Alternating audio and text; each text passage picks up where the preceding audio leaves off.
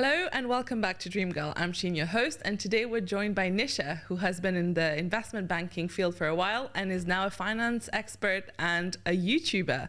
Hello Nischa, how are you? Good, thank you. Welcome on the podcast. Thank you for having me. How are you feeling? Good. Yeah, this is my first podcast. I'm feeling ready for it. First ever? First ever. Oh my God, big day. It is. But you're used to the camera though.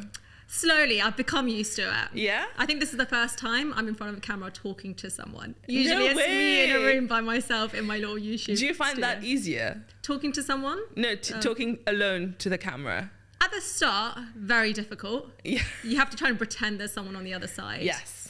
But now, yeah, I do it all the time. So, Okay. Yeah, very used to it. Honestly, I think it's a little bit easier when you're alone. I don't know if you feel that way now, because for me, it became a case of, I can just do whatever I want, all my O's and like just mouth open and thinking about something and then you keep going. But now it's a bit like... That's true. You have all the time to think and then just edit it out. Yeah. Okay, let's talk about the YouTube journey. How long ago did you start? You recently blew up massively, so we want to hear all about that. Oh, okay. So I started... I think it's been a year and a half ago. Okay. And I remember what happened to make me start a YouTube channel let's hear that. as well. So it was the random Tuesday in November. And I remember the night before I was working till 11 p.m. And the next morning I was meant to start at 7:30 and it was 7 a.m. And I was meant to, it was really busy season, like had a deal closing for a client. I was meant to get on my desk and be there up at 7:30 and I just couldn't do it that day. Like I just couldn't get up. I was like emotionally drained, physically drained, like completely drained, don't want to get out of bed.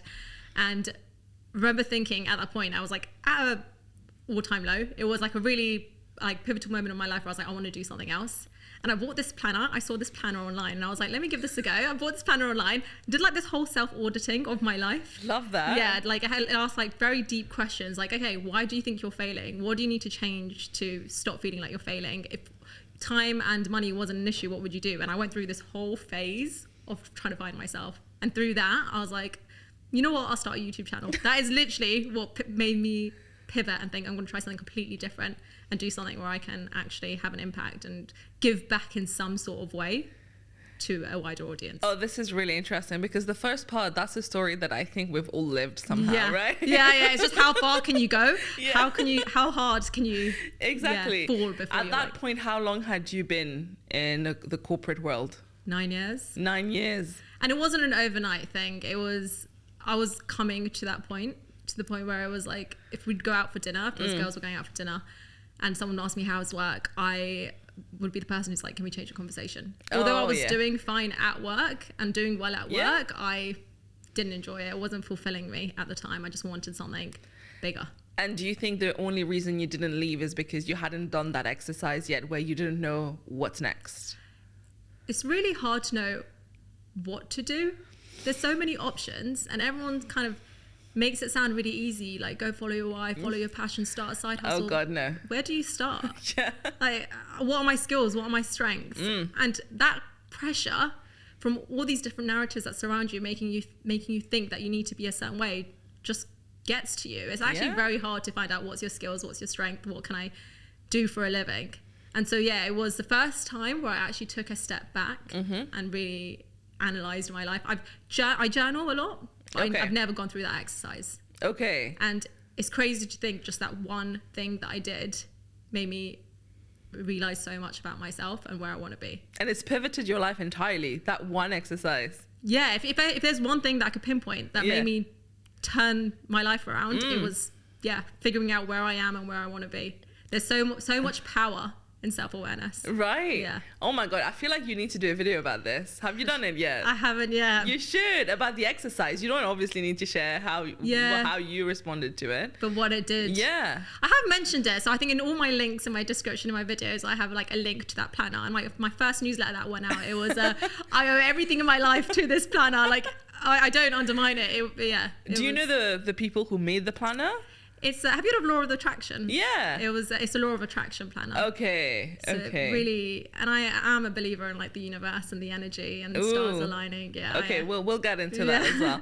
Okay, so corporate world obviously drained you. You did this life exercise where you figured out that you're meant to be a YouTuber, basically. I mean, yeah, Yes. So was the aim to like teach other people to make them a bit more finance conscious? Yeah, it was just to empower or to inspire other people. And through finding out how I as an individual can do that. I think everyone has something that they can use and teach other people about. It was just finding out where my strengths align into that. Right. And at the time, a lot of people would be asking me, or a lot of my friends would be asking me about property. Okay. How do I get into property? And I did that. I was like always doing that on the side. I absolutely loved it. So my channel started off with that. No way. Teaching people about property investing, and giving them all the highs and lows, exactly like from A to Z. And then you realize that actually this isn't resonating with a lot of people. And I initially didn't actually say I work in investment banking on my channel. Right. I kept it completely away because there is a bit of a stigma when you say you work in investment banking. Of course. It's not something that you really want to shout out from rooftops. There's a stereotype associated, right? Right, exactly. Yeah. So I kept that out, and then I thought, you know what, if I'm going to put myself on here, I'm going through this, let me just tell people what I'm about. Yeah. Here you go. And that's when it just took off. Okay, tell us about this. The day it happened. The day... Was there a specific day? There must have been, right? Yeah, it was. Yeah. It was a day in November. Okay. And the video that blew up first was a day in my life as an investment banker. Okay. And that was the first one that blew up, but it blew up and I knew that one of my videos will eventually blow up. I just didn't know how I'd feel about it. Right. And you'd think that I'd be really happy and yes, my videos are picking up. It's like gone viral, but the anxiety took over. Oh no. Yeah, I remember just like calling my sisters up saying, I don't want to be on YouTube anymore. This is like overwhelming. It was so hard to go through that. And but I remember my young sister being like, look, if you stop now, you're never going to get anywhere in life. Like, stop caring about other people seeing you on YouTube. Yeah. And it actually took me a while before I even told my own friends about my YouTube channel. Oh, so was the issue the fact that people will now know you? It's the attention and the fact that people will now know me. Okay. Like, I'm a very private person. I don't really like I was telling you before this podcast, if I could do this all anonymously, you would. I would happily do it. Wear a mask or something and do it. But people want to see a face if you're teaching them. They want to know who it's coming from. Yeah. But it's not easy to put yourself on a public forum like this. And it was hard. I remember when I first started the YouTube channel, so I think it was about 1,000 subscribers where I started telling my friends. Oh, wow. It was a while into it. And I remember very quickly getting screenshots of group chats where my video would go into it, but people would be laughing at me. They'll be like, lol. No way. Yeah, what is she doing? Who does she think this is? Why does she think people need to listen to her? That's how it started off. Yeah, you always get that, right? Yeah, you always get that. Yeah. And I heard someone else explain this, and they called it a cringe mountain, and it's so true. When you're doing anything different and you're climbing this cringe mountain, I love that. People at the bottom of the mountain are watching you climb, and they're like pointing and they're laughing, and it's embarrassing. Yes. And it's only when you get closer to the top where people's views on it completely change, and you're like now cool. What you're doing is like applaudable, and everyone wants to be involved as well, isn't it? You must have experienced that as well. It takes a climb to get to that point. Now the same people are saying, "Oh, well done, amazing job," right? And it's hard to go through that. It's so hard. So whoever's like trying to start something new, or if you want to do something new with your life, block out those narratives as soon as you can. Like, be bold, but listen to yourself. Of course. Yeah. I mean, that's really interesting that you said this, because there's this general idea. A lot of people talk about the spotlight effect, right? Yeah. Where they tell you that it's in your mind, like no one is looking at you, no one cares about what you're doing. But it's not always true. People care a lot. Yeah. That's what I realized. But you also want to keep people around you who filter out some of those discussions. Yes. And it's also about keeping your group really quite small and close-knit. Oh, for sure. For sure. You need the supportive people around when you're climbing the cringe mountain. Oh, yeah, fully. Like, you've gone through it. Did you feel the same with the... Oh, it was the same. Because for me as well, it was that question of...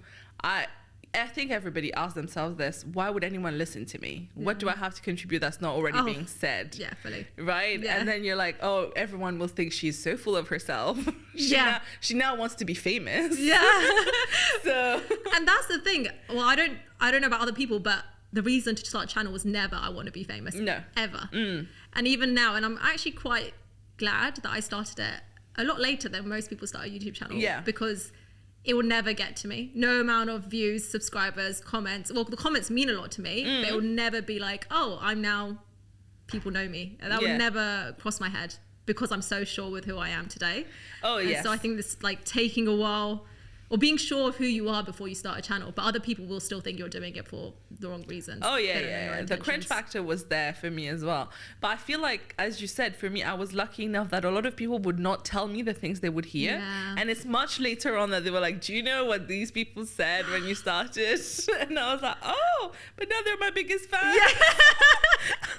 That's the hardest bit. It's like, when did you turn around? Right. It's Yeah. like, when did it happen? I feel like we need to do a study on this. Yeah. Like, when does the switch happen? Get the dates out. Right. Yeah. And my dad always says this. He's so funny. He's like, if someone is talking about someone else, don't go and tell them, because it's Yeah. like they shot an arrow at them and the arrow missed, and you went and picked up the arrow and just stabbed them with So it. true. And I was like, it's so true, because when people didn't tell me, what I didn't know really protected me. Oh, so right. Ignorance Right? is bliss in so many of these occasions. Yeah.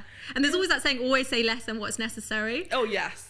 And you think, is it going to hurt? Is it going to be like helpful for that person? Or is there going to be any like negative consequences? Usually with those kind of things, it's not going to help them. Don't No. tell them. No.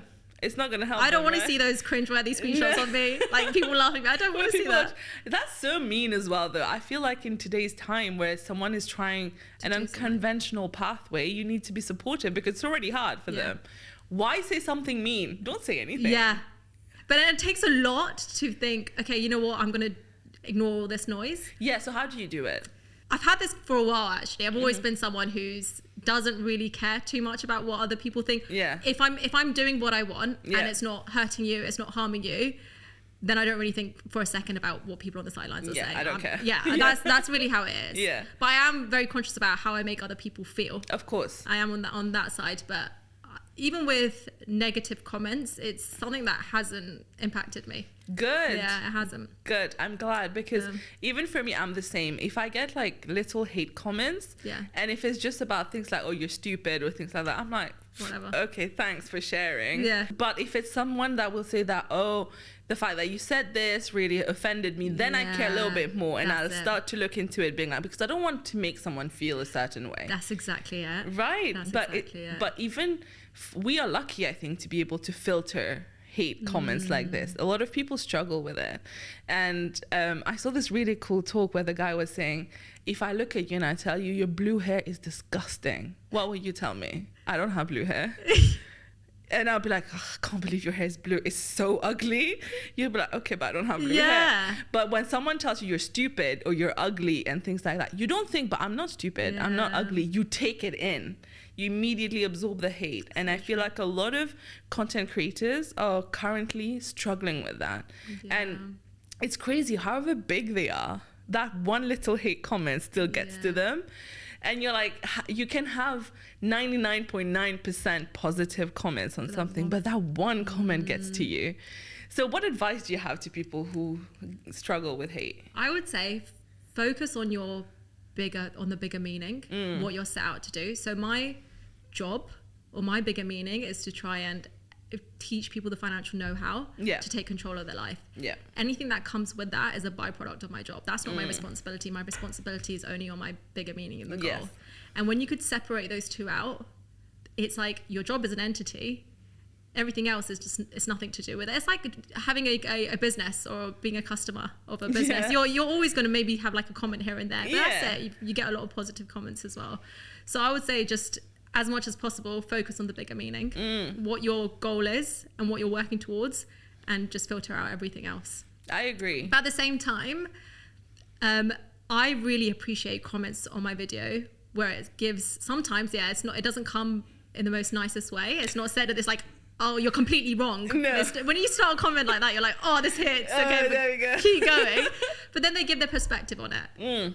I think if you have a platform, you need to allow people to voice their Agreed. opinions on it. And I love that. Disagree with me all you want. If this is allowing you to showcase what you're going through, I'm all for it. Even if it's a little bit of hate here and there, Yeah. that's fine. Exactly. I agree. And you know what I love is when you see people having a discussion and back and forth on the comment section, but it's very respectful and everyone is trying, and I was like, yes, this is what I want. There's no need to call anyone stupid. Let's just discuss each other's point of view, because then we're learning, right? Completely. I love that. I love that. That brings a lot of joy, seeing other people help each other and like exchange ideas. Everyone is like backing someone else up or like explaining, and I was like, yeah, this is what the platform is for.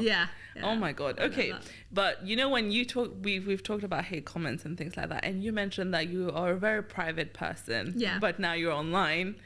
And have you started getting recognized on the street?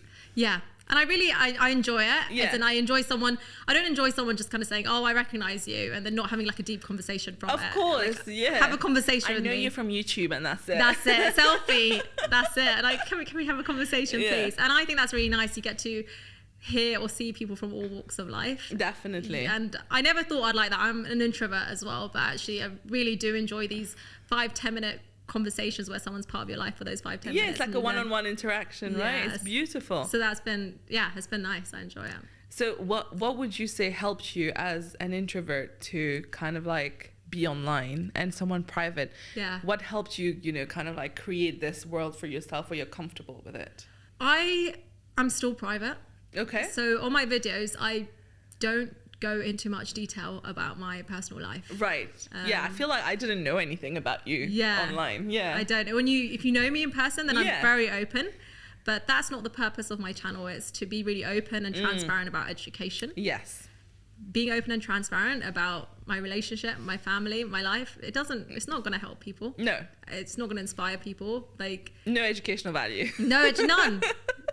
Like, there's a million other people who are more interesting than me that can like make money off that or can just spread inspiration. Like, I'm such a outside. Like, my life is just simple and boring, to be honest. So and that's helped me with my channel because none of my private life is out there. Right. So I think that's been good. In terms of the introvert side, it's you're in a room by yourself on camera. Yeah. Best case scenario. You could be an introvert, Yeah. And I would say I'm an introverted, what do they call it? Introverted extrovert or something. Yes, or like an extroverted introvert, something like that. You're one of the mixes. So if I'm with a group of people, I would need to withdraw and like be by myself. So social battery goes down, very right? Quickly. Yeah. Okay. Very quickly. So that's how I'd say I'm an introvert, and I really enjoy being by myself. If I had the choice to spend 3 days with people by myself, I'll awful by myself. Like fully. I love that as well. It's interesting, isn't it? Because I think from what people know of us online, they would not guess that we probably love spending time by ourselves. Are you similar? Oh, similar. I mean, I'm a very social person, but same as you, sometimes my social battery goes down to a level where I can't even be present anymore. And then you're just like, oh, I was here, okay. But I love spending time alone. I've lived alone as well for a very long time, and I love it. And I think my alone time is so precious. For example, I was on a work trip for like a month, and I was struggling with having some alone time because we were always together. And I couldn't handle it. I feel it, in myself. And it's the same thing. But I do enjoy meeting people. I love conversations, as you said. So I love bouncing off people's energy. But in its own time. That's it. There's a time allocated for that. Other than that, you're by yourself. Oh yeah, for sure. And that's the thing. People think to be on YouTube or to start a social media presence or to grow an online presence, you need to be an extrovert. Yeah. That is not true. You do need some skills that you could hone. You can. You need social skills, right? Yeah. Well, you how to talk to camera and basic like camera confidence, all that stuff. But I do think it can be learned. Or there's a way around it. For sure. Okay, so we talked about the anxiety that kicked in when the big day happened. So, but then after that, what was kind of like the highlight? So now you're happy with it, right? I'm guessing that you're deciding that you will do content long term. Right? So, what's been the best things that have happened since then? The thing that had kept me going for so long were the comments and seeing, and I have this little document where I screenshot. Oh no, that's a good practice. That really mean a lot to me, and I put it in that. I still read like 95% of my YouTube comments. I think every other social media platform I don't read it because it's too much. It's overwhelming. It's not overwhelming. It's because I'm also an introvert. It is a lot of information. Comments. So I have like that document, and that is still today that keeps me going. It has 100% have been the best thing. When you wake up in the morning knowing that you're inspiring and motivating and like having an impact on people, there is nothing that beats that. There's no amount of joy in any other like career or job that will beat that. You know how some people say they get immune to it and then after a while they I don't know if that would happen to me. Maybe I've done it for 4 or 5 months since it's blown up. Yeah. Maybe it's still early, but yeah, those comments mean a lot. Oh, yeah. I love that you actually like screenshot and save this. That's such a good idea. At some point you can have like a wall with all of all of that. That'd be cool. Maybe. In an office at some point, you know, that would be great. With a team. Yeah, with the team. So do you have a team now or are you still just a solo entrepreneur? No, I have I'm building a small team now. Okay. So I have a virtual assistant. Mm-hmm. I have an editor. And those are the 2 that I have at the moment. I might like bring in more people as and when I need it. But those are the 2, both in Europe, UK. Oh, that's really good because my first hire was also an editor because I don't know about you, but I don't like editing. I liked it at the start, but then when you realize it's compromising on the ability to make good content. Exactly. It's your bottleneck, right? That's it. Yeah. For me, I was just always, I would like it. I enjoy doing it. And then I come out of it. I was like, it's been 4 hours. Yeah. What? Yeah. What have I gained? Okay. So you outsourced editing very early on. Yeah. So I was editing. I mean, I was told that you need to edit yourself for the first few months at least, just because then you know what is your style, what is a good edit, and then it gives you more skills even to give feedback to an editor. Yeah. So then I edited for about 6 months. Okay. And then after that, I was moving to Dubai and I was about to start a new job. So I was like, okay, I need to outsource before then and I need to train the editor before then. And it's such a funny story. My editor was 14 years old. Wow. Yeah. How did you find him? So I put out an ad on Instagram and I got a lot of applications, like 70 or 80. Okay. Then I narrowed it down to 3, sent them all the same tasks to do. And the one that came back that looked exactly like my content, I was like, this is impressive. I was like, let me get on a call with this guy. And he rocks up as this 14-year-old boy from Essex. Wow. And I was like, oh... Okay, I was like, are your parents down with this? He was like, yeah, come say hello. And it was the cutest thing ever. And yeah, we worked together for a year and then he had A-levels. So, well, that's impressive for a year though. Right. Yeah. And yeah, so since then now I have other editors that I've hired but I love having editors. I think it's really taken all the burden off from content creation for me. I don't know about you. So I've only just started. Okay. Literally last 2 videos. No way. So I've been editing myself up until this whole time. And you can probably tell if you watch my videos, they are not perfect. They are far from perfect. They are, I'll still say the production value of my videos isn't very good. But I feel like with the way you do your videos, which is very similar to mine, where it's a sit-down video, right? You don't need to be that experimental with your editing. That's true. It just needs to be engaging. Yeah. And I think as long as there's something happening, people will watch. I mean, clearly you've shown that it doesn't need to be high-class editing. Yeah. I think it's either the editing, really good content, or you have to have like personality or something. Be very charismatic. For sure. So. I mean, obviously you have really great content. You have the charisma. Don't worry. No. But I think it's more about production value that people talk about, right? So the quality of all your equipment and things like that makes small differences. That's it. And I think I started off with my YouTube channel. The first thing I did was buy a $1,000 camera. It was... At the time, now it's a very smart move. At the time, my partner was like, you've just started YouTube. You could film on your phone. Yeah, fully film on your phone. Yeah. I was like, no, I'm giving it the best possible chance. He's like, now I'm not. I should have upgraded my mic first. Exactly. Oh yeah. The sound was horrific. Sound is a big problem. When I just moved here, I have really high ceilings and at home, and then everything is so echoey. And I got so much hate on the first video, and I did not even notice. And then it was like, it's a bit echoey. Can you solve it, please? Exactly the same. And because I don't edit with like the headphones on, I can't tell. I'm like, oh, it sounds great. Publish, upload, good. Honestly, it's when you don't notice is the worst part. And then I was like, let me listen. I was like, wow, this is terrible. This is awful. But you live and you learn, right? You started your first video and you've got to keep going before you... Yeah. And I think the first few ones, it doesn't really matter. No. But But okay, what tips do you have to blow up on YouTube? I've been in the game for 2 years now. Okay, fine. Yeah. Tips to go on YouTube. I would say thumbnail and title, obviously. Of course. But what does that mean when we say thumbnail? And how did you know what thumbnails work for you?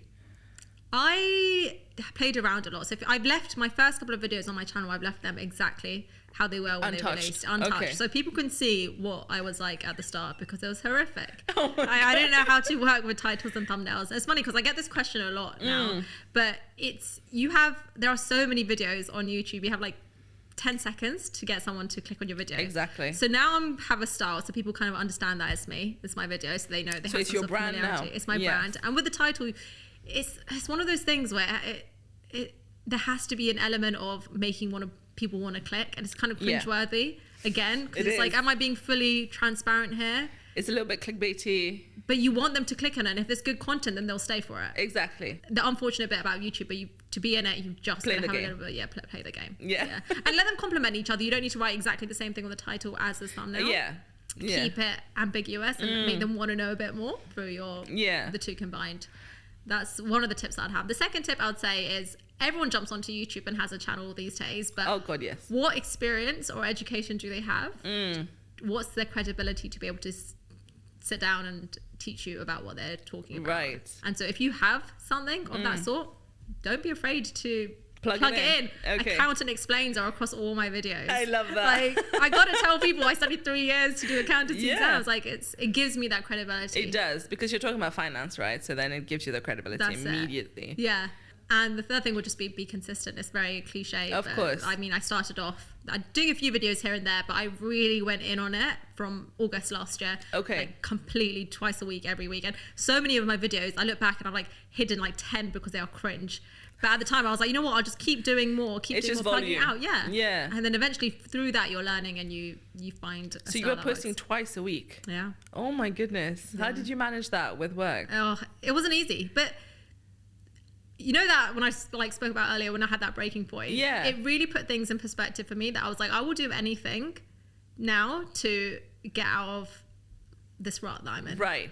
Like, so you were building the life. Yeah. Okay. And it meant that I probably did go backwards for a bit. Like I was working annoyingly even harder, like my evenings, weekends, but it didn't feel like work. I loved it so much. It was so creative. Like I'll get 9 views on my videos, and those 9 views are probably from me refreshing my video every now and then. Like, and I loved it. Like, but that goes to show, right, that you really wanted to do this. Yeah, I took it seriously. It wasn't just let me see what happens. I was like, I'm doing this till something happens. Till something happens. And I do video journals of my journey, and through YouTube, and there's like videos of me like, yes, I've hit 700 subscribers. Like I know it's gonna blow up. It's just a matter of when. Like this is what I say in my videos because I was like, it's gonna happen. It's just a matter of when. Like I know it's gonna happen. I just gotta work for it. Yeah. So when do we see the video journal? Oh, I don't think. And there's one video of when I blew up actually, and I remember I was watching the other day, and I'm in bed, and I'm like, should I close down my YouTube channel? I can't go through this. It's so funny. It's so dramatic, but I have it all documented. I don't think it's ever going out. I want to see this ups and downs. I'll show you after. I'll show you after this podcast. Like right now. No, you know what? I think you need to decide that when you hit 1 million, you're gonna share that compilation. It's cringe. Half of them are in my pajamas. Exactly. Imagine how much people will love this. Oh. Yeah, I'll think about it at the time. Right now, there is no chance those videos are going out anywhere. No chance. But I love that. Okay, now, I mean, you're clearly a very creative person. The fact that you thought about doing a video journals and stuff. But what's your creative approach to your videos? I wouldn't say I'm that creative. So the video journals was just a method of me time saving because I'm like, instead of writing, let me just video how I feel. Still, at the moment. Yeah. So in terms of creativity.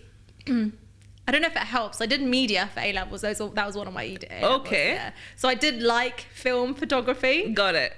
Didn't really, but it was just more like of an interest rather than doing anything from it or making it a business or anything. In terms of videos, creativity, my videos aren't that creative. To be honest, have you seen them? It's very educational. So, and I could go down the Mr. Beast route and be really creative and very entertaining, or I could just go down and say, you know what, there's a gap in the market for finance knowledge. Everyone who seems to be teaching it is a male, or the majority of people, and a lot of the videos I see make it so complicated, and it doesn't need to be that complicated. It's technical. Oh, it's so technical, and I have learned by simplifying things for myself. There could be something, someone tells me something that in a minute, and I have to spend 10 hours trying to simplify it for myself to understand it in every possible way. Right. I'm like, where's the person who's able to teach this in a simple way to me? Why is everyone using this jargon? And even being in banking, people who I was working with made everything seem so much more complicated than it had to be. The term will be so simple, but they'll be thrown loads of financial jargon inside that made it overly complicated. So I was there thinking, okay, there is a gap in the market for simple finance knowledge. And I think if you have something that people need, it doesn't require a whole load of creativity or outside of the box thinking. It just requires you going up and showing up and giving people what there is a lack of. And so I'd say that I still don't think I'm hugely creative. So would you say that you, based on, you know, what you've been learning over time and what you have been teaching yourself, is that your inspiration for your videos? I have a real interest in money, finance. And I think that's also comes with my upbringing in a way. So I'm not from a family of professionals. My parents are first generation immigrants, so I was born and raised in a joint family, uncles, aunties, cousins. I love that. Under one roof, which was an experience in itself. And like my early years, I remember kind of spending so much of my early years at the back of a transit van, me and my sister. My mom would go to work and me and my sister, my dad would look after us, and he'll take us to all his meetings where he'll be selling whatever goods he could buy. So you're just chilling there? I'm just chilling there, playing around in the corner of his room whilst he's like talking to a client, sitting in the van, like just playing games or whatever. Love that. Yeah, so there was not much of an education focus for us. Yes. It was really surrounded by business growing up. And so you saw people doing it. That's it. Yeah. But I still, I was the studious one out of my family. Like you I love learning. Yeah, I was the nerdy one. Yeah, for sure. Because and I still today place an importance on education, more so than the rest of my family. But I think that's where it's come from. Like I've always been surrounded, like dinner conversations were around finance or business or love that money. And I think that only now am I so grateful for those conversations. So have you never been tempted to just be, you know, have your own business? You know, when I first started working in banking, I said I'll do it for a couple of years. A bit like you know, but you actually did that. So I said I'll do it for a couple of years. But I won't be here for very long. You're familiar with London? Liverpool Street Station. I was sitting on the stairs where the McDonald's is and speaking to like another guy who I used to work with in my internship, and like, oh, I'm just doing this for a year or two, but I'll be gone soon. 9 years later, still there. So you know, it's really easy to say I won't be here. But what matters is who's going to make those choices. It's only your responsibility. So hopefully I will start my own business and do something full time. But at the moment, it's just the corporate. It's just the life cycle. I mean, I feel like having a YouTube channel is like having a business. Don't you agree? It has a lot of skill sets that a business person requires.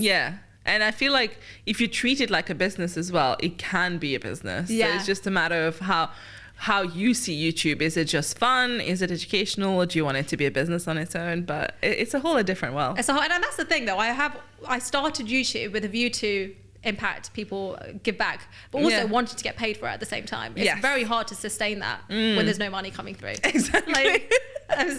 That's why the sponsors in my videos, like, you've got to have something coming in to be able to provide all this content for free. And that's it. You got to treat it as a business to be able to make it sustain. Wait, did the sponsors have to convince you?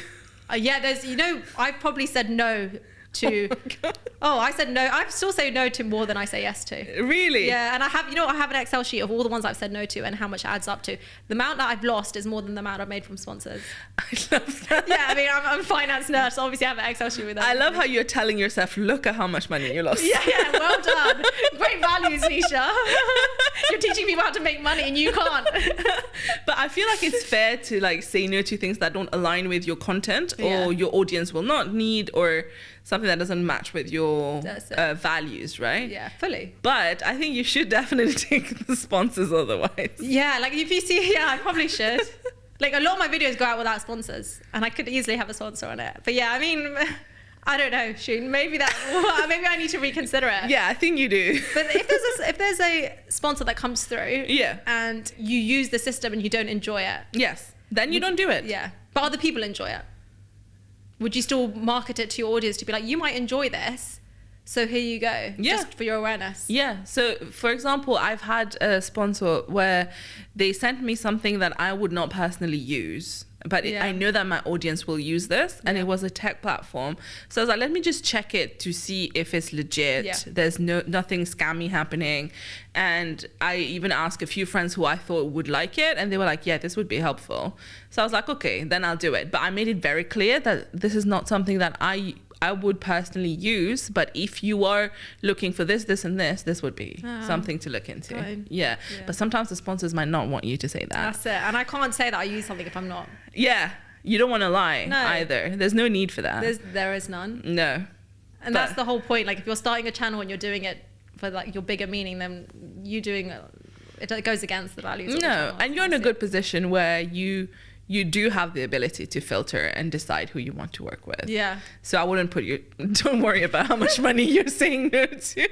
I should just not keep track of that. I don't know why I do it, what I get from it. Maybe it's just like a remember your values sheet. Yeah. But so are you part of an agency, or do you do it yourself? I am about to sign an exclusive agency. Okay.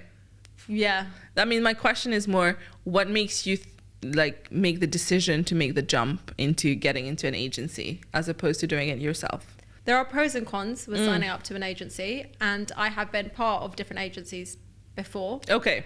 And the pros are they can reach names that you might not necessarily have access to. And they can do it full time, right? They can actively reach out. Yeah. They could filter through your emails. And that's a task in itself. Like, I think I have so many unread emails in my inbox. Like yesterday I was replying to an email, and the person replied me like, I sent that 10 days ago. And I was like, yeah, I know, I'm really sorry.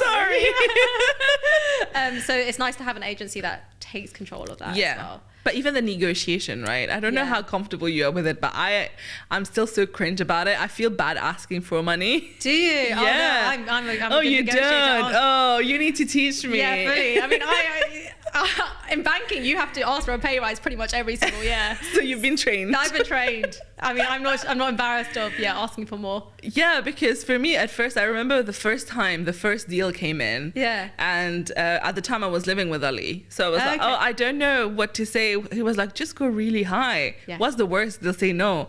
And I was like, okay, cool. I was like, this is impossible. No one will pay me this. And they were like, okay. Yeah. And I was like, I lowballed myself. I could have gone higher. Then you know what? This is the difference between male and female. Oh God, yeah. Our approach is so different. Completely. And we are underselling ourselves so many times. Like I was at a creator weekend a couple of weekends ago, and we were talking about it. It's nice because you very openly talk about what other sponsors are paying. And people were looking at me like, you have a finance channel. You should be asking for double that. Yes, you should. And that's what I'm saying. And these were guys saying it to me. And here I was just telling you I'm a great negotiator. That's my benchmark of being a good negotiator. For guys, and they're like, what? You're being underpaid. That's it. And that's really a thing with women, we often don't have the ability, or we don't back ourselves. We don't have the confidence enough to be able to say, you know what, I'm going to fight my own corner. And there's stats on this. Like there was a report that showed how men, when applying for a job spec, if they meet 60% of the criteria, they'll apply for the job. Whereas a woman, they'll have to hit 100% of the criteria. They wait until they tick every box. Yeah. And turn it on its head. Men are fully confident at 60% of their ability. Yeah, they're like, I can do this. And I wish we could take more of that. That's one thing that I think holds women back, and I'm starting to embrace it more and more in my everyday. Yeah. Like if I can't do something, I will say yes to it, and I'll learn by doing. Exactly. Everything can be figured out. Yeah. But it's hard to say and to do. It's hard to say I'm going to take on that high visibility project, but I'm going to make loads of mistakes on the way. Whereas the guy wouldn't even think twice at it. He'll take it on. Even if he's like, what mistakes? Yeah, we'll figure it out. I think that's something we need to kind of come to terms with. Negotiation, backing yourself, having confidence. Oh, definitely. But even me, I was like, for this season of the podcast, I thought, okay, I will do it properly, get a studio. So I will wait until I am in Dubai for an extended period of time so I can really space it out. And my friend was like, why? I feel like you're just pushing it off. And I was like, no, but I want to be prepared. I want to be very ready for every conversation. And he was like, no, book it now. Just do it. Yes. He was like, what's the worst thing that happens? Oh, you fumble a bit in one of the episodes. You don't know what to say. That's it. And I was like, yeah, we wait too long. We strategize and you keep waiting until it's perfect to actually do it. That's it. We need to make sure everything is going to go right. Plan before you just take the action. And you're not doing anything this whole time. That's it. You're just staying in the same phase, in the same cycle. For sure. But I love what you said about the statistics. I also read that thing about women waiting for perfection to apply. Yeah. And I think we struggle so much with this, and imposter syndrome is so real, right? I mean, you were also in banking, where I'm sure, I don't know, is it still the same in terms of gender gap? Is it still bad? It's not great at the higher levels, at the senior levels. It's not great.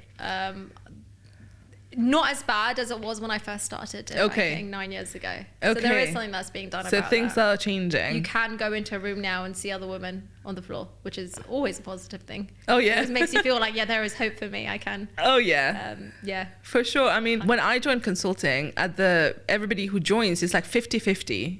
Gender split, but then at the top it's like 1 female partner to 12 male partners, right?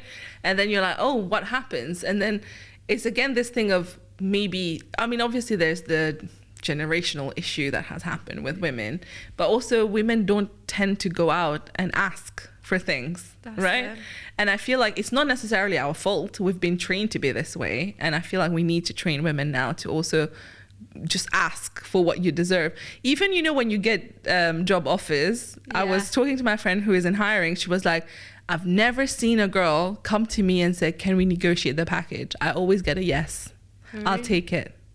Wow. And then I was like, wow, especially, early careers. Yeah, early careers. Yeah. It's like, wow, they've offered me this. I need to accept it. I got the job.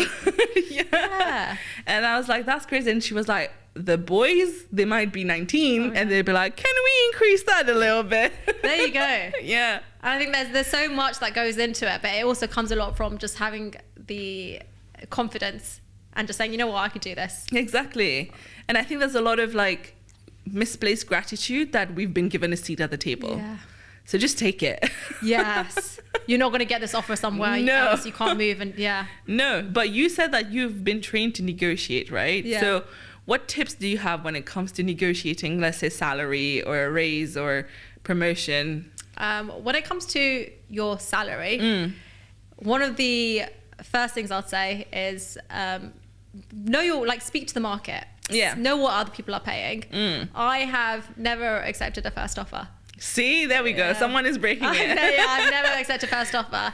And I'd always come back and say, okay, this is what the market's paying. This is what I know I can bring to the table. This is what I'll be comfortable for moving at. Yeah. And I usually go higher than... You highball a little what you want. Yeah.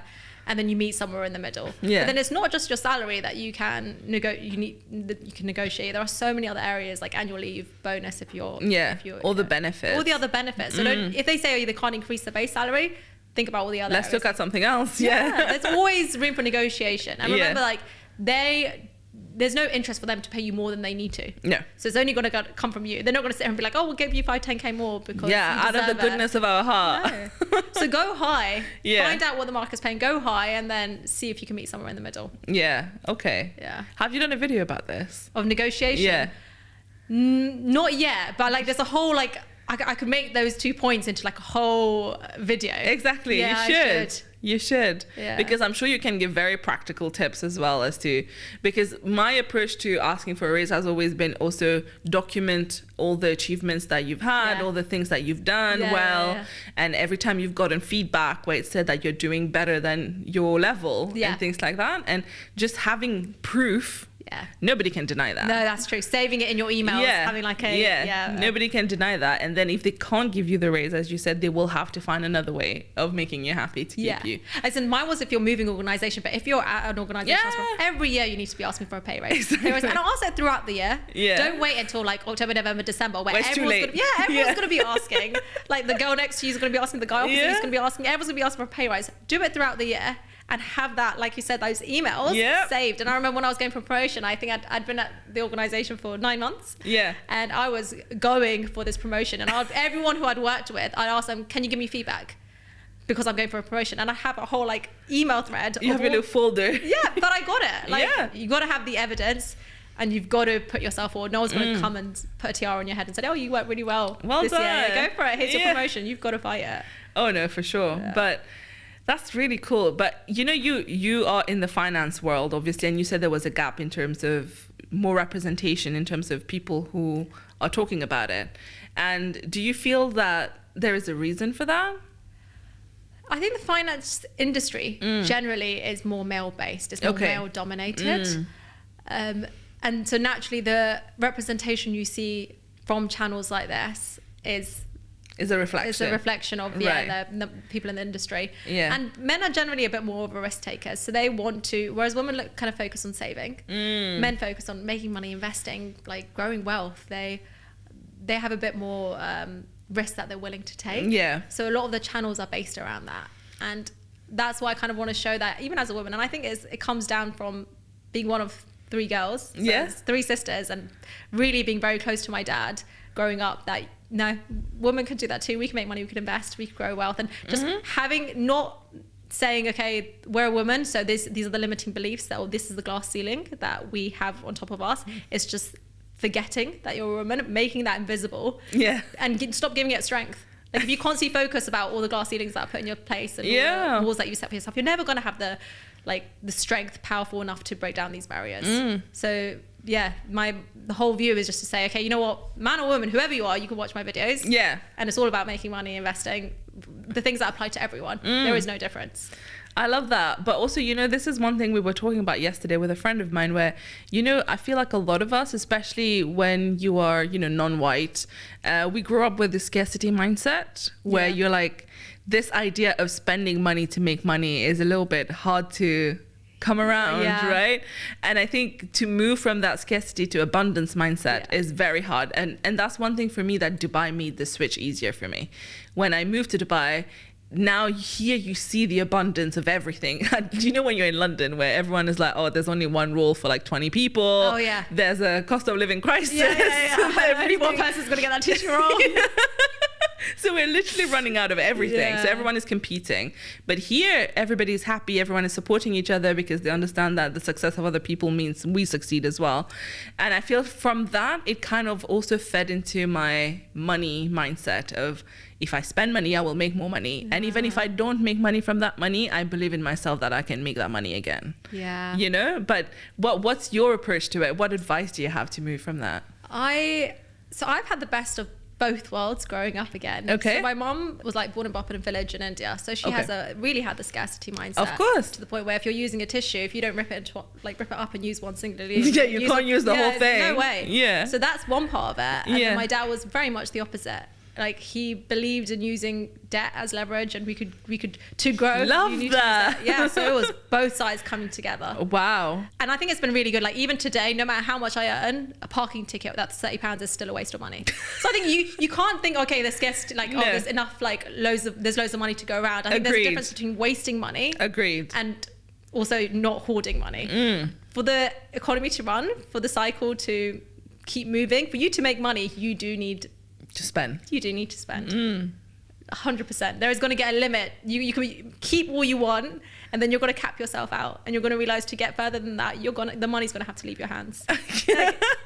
But let other people earn as well, Exactly, for sure. Strong believer. I think when I had just started working, I would love to just see the money in my bank account, because you come from being a student where you always struggle with money, and then you're like, oh, look, big numbers. Yeah. But then being like, no, okay, this is doing nothing for me sitting in my bank account. I need to now start making that money make money for me. Do you invest? Yes. Okay.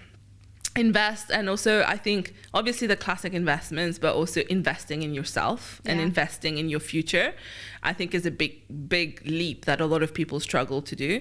And even I was talking to a friend of mine who's a very big YouTuber as well, but still edits themselves because they struggle with the idea of paying someone else to do something that they can do and have the time to do. And I was like, okay, that's fine that you have the time to do it and you enjoy it. But if you think about how much is your hourly rate, does that make sense to you that you are paying that much for your editing? And then she was like, no, but I'm not paying. And I was like, no, but it is your time that you could have been using to do something else. And it's like that click. And then she was like, oh, that's true. But people won't even come to terms with that. They still wouldn't be able to. They think their time is free. Yeah. Right? They're not paying for that. I'm saving $50. Yeah. If I don't get someone else to build the furniture, I'm saving that Exactly. amount. You're wasting all that time, all that money you could be making in those couple of hours. Exactly. That's why I feel like this financial education is so important. Yeah. Just understanding even the value of your time. Yeah. And from different perspectives, like I could be sitting here saying it from one view, you're saying it from a different view. Like we've all gone from different upbringings. So taking on whoever you resonate with the most, but tailoring even their advice to most suit you. Yeah. Like, yeah, for sure. It's not one size fits all. Yes. But saying, okay, you know what, that resonates with me, so I'll take a bit of that person, take a bit of that person, Yeah. and carve it to make the perfect or create the perfect life for you. Amazing. Super important. So now what's the plan for Nischa, the YouTube channel? For Nischa, to keep doing what I'm doing, to keep creating content and making it better. Yeah. Also understanding as much as I can, because it's grown quite quickly. I want to just make sure I'm understanding exactly what my audience wants and tailoring it so that I could reach as many people as possible. Okay. So for as long as I can, just focusing on providing financial education to whoever wants it.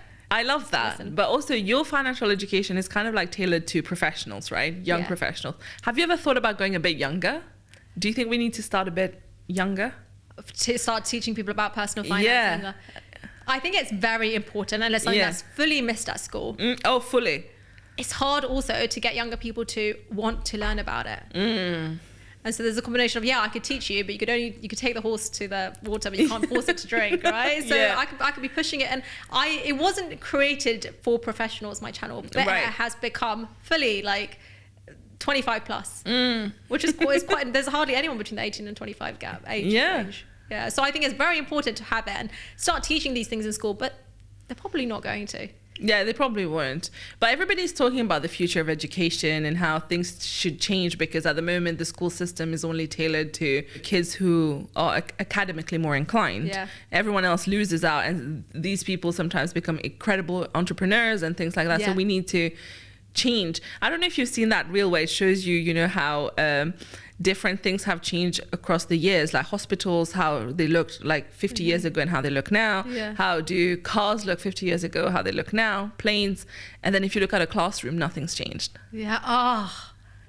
So true. And you're like, well, and that's where we are building the minds of the future. So really we need to, because like we don't learn about taxes. We don't learn about personal finance at all. And all of us are young professionals who struggle. So many of my friends struggle with that. Like everyone struggles. But also, even if you're 25 plus, learning it and teaching it to your kids, that's another, if they're not willing to teach it, but it also comes from like your home, your upbringing. So trying to feed it to them in that avenue as well. Oh yeah, for sure. But yeah, I mean, it's missing. I mean, so many of my friends who do work in finance, who do work in banking, they're still not investing. Yeah, I know. And you know what the biggest barrier is? I don't know how to do it. Yeah. That's it. But there is so much information. And I get it, because and also no one is going to sit there and say, invest in this stock, invest in this. This is exactly what you need to invest in. You need to decide. Take some time to learn the basics. Yes.